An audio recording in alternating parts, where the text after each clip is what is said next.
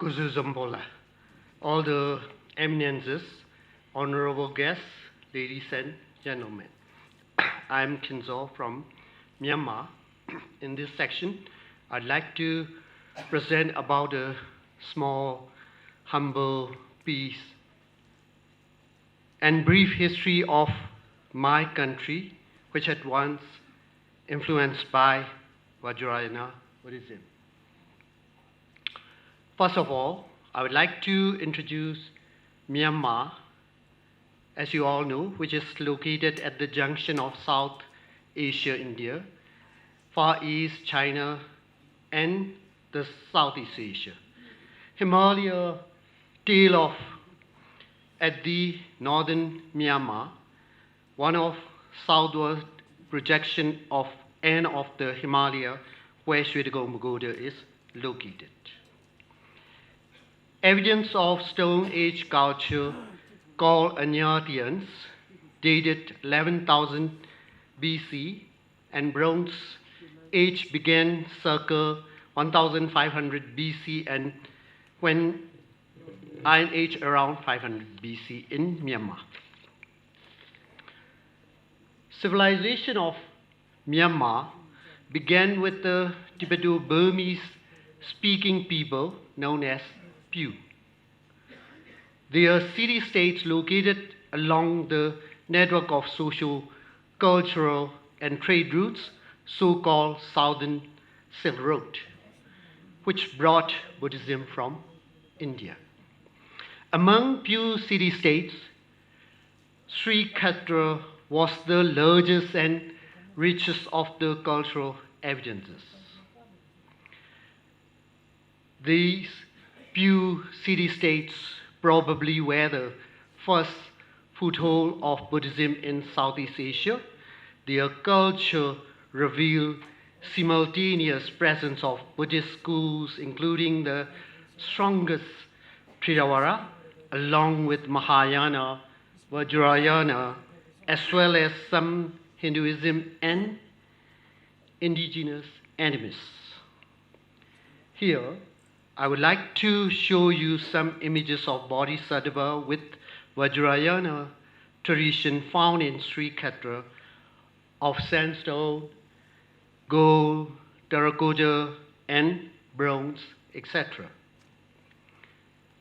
You can see here the matriarch of Sri Ksetra, the Pew city-state, and also of the Bodhisattva Avalokiteshvara, which we found there, and Tara in various forms, especially the left one is about 2 meter tall sandstone sculptured gracefully created by the ancient sculptors and now at the Sri Ksetra Museum proudly.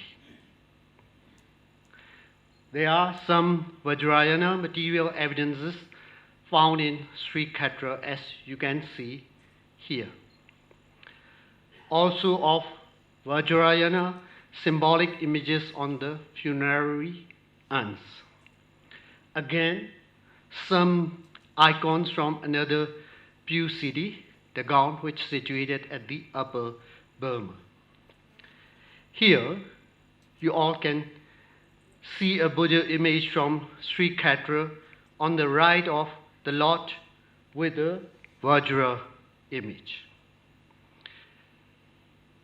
As Pew people had high culture, their ornaments are rich, especially famous for their beads with the various symbols and icons on it. Among them, I would like to emphasize on a very simple and basic cross or a plus image you can see. This plus depicts simply the combination of the heaven and earth, or the feminine and masculine powers, the nature and the human ambition, etc. Some said that this is the Kailash Mount, which is the excess of this material world, sacred by the four religion and origin of the four rivers. Wonderfully, this sacred icon existed also on the floor at the exit door of the famous Taksan monastery of Buddha. This is really wonderful. This simple symbol can easily turn into swastika and the wheel of Dharma, and also into a cross, step ladder to the heaven, and caduceus with two snakes twining the central staff. This is the Ninjasiddha, the Sumerian fertility god who stood at the heaven's gate as the guardian. Ninjasiddha, again, the fire serpent of Tibet, revealing the concept of Kundalini. This can be obviously seen here on the forehead of our Lord Buddha from Bagan of Myanmar. Again, associated with burial poles and manor totem poles of Kachin ethnic groups from Myanmar who live at the foothills of Himalaya. You can see in this mandala the 5 elements as two snakes facing each other as the wall of the universe, or a sitting goddess with a worshipping hand on her head.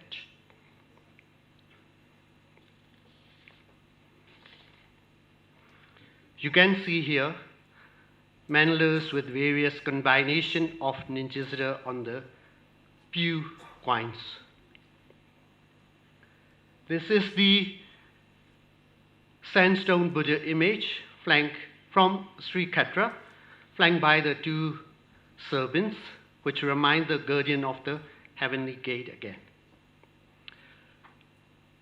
Few civilization, which I explained very briefly, with the substantial Vajrayana Buddhism lasted till 9th century. Their city-states were plundered finally by invading Nanjao forces from now modern Yunnan. Fallen community took nearly 200 years to rise up again, emerged as the Bagan emperor in 1044, unifying Myanmar for the first time as a nation. In Bagan era, there were a community of Ari monks, which you can see at the middle, the Ari monks who practiced tantric and mantric alchemy. They were later forbidden by King Anartha at the left in favor of the orthodox Theravada. With that suppression, some Aris fled to Popper Hill and the Shan Hills. However, Ari culture didn't uproot it totally. Their descendants, which we call the forest dwellers, monks, remain a power even up to 16th century. Since Bagan era, Theravada Buddhism became strongest in Myanmar, but Vajrayana also retained its some impacts. Best examples are 2 beautiful temples of Bagan built by the queen of King Kyansittha, who ascended to the throne after 17 years of Anartha, and his son Prince Raja Kumara, both of them showing Vajrayana evidences. Artistic representations of Vajrayana include Avalokiteshvara, Padmapani, Manjusri, Tara, Lokanatha, etc. Here you can see the beautiful mural painting of Padmapani in Bagan. All the murals of Bagan showing Tara in various forms here and other Vajrayana elements. Here you can see the graceful Avalokiteshvara and other deities of Bagan, reminding me to the murals of Alchi Temple in Ladakh in the tradition of Nalanda. There is again this sacred basic sign of cross seen in Kyansittha women. In Bagan, there were Mandala and Pada tradition, which we can see here. Again, the various mandalas as murals in Bagan. From Bagan era, 11th century, to this 21st century, Loka Natha is frequently used as a symbol of peace and harmony in Myanmar. In conclusion, evidently along the strongest Theravada influence in Myanmar, all these cultural proofs still mark as the greatest legacies upon present-day Myanmar institution. Testimonies of Myanmar's rich syncretic past and the inclusive, adaptive, and varying nature of Vajrayana Buddhism. And this is the end of my presentation. Thank you for your kind attention. Thanks.